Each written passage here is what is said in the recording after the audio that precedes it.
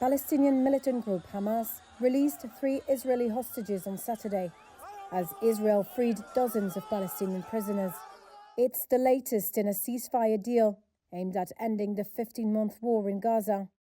Ohad Benami and Eli Sharabi were both taken hostage from Kibbutz Be'eri during the cross-border Hamas-led attack on October 7, 2023. Or Levy was abducted that same day from the Nova Music Festival. The 3 men all appeared thin, weak and pale, and in worse condition than the previously freed hostages. Family and friends cheered and cried as they watched their release live on television. Though relatives spoke of their pain of seeing them in that condition. He doesn't look like himself. He looks like he suffered a lot for such a long time, not being at home. And it was very difficult for me to see him like that, very, very hard. Dozens of Hamas militants were deployed in central Gaza as it handed hostages over to the International Committee of the Red Cross.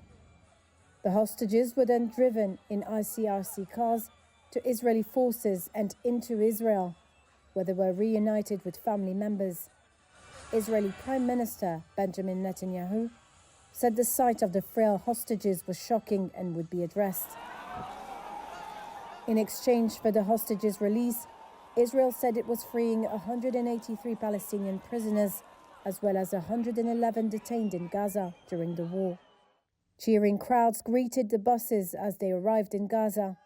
6 people released in the West Bank were in poor health and taken to hospitals, according to Palestinian medics. The first phase of the ceasefire has largely held since it took effect on January 19. However, fears have grown that the deal might collapse before all 76 remaining hostages held by Hamas are freed.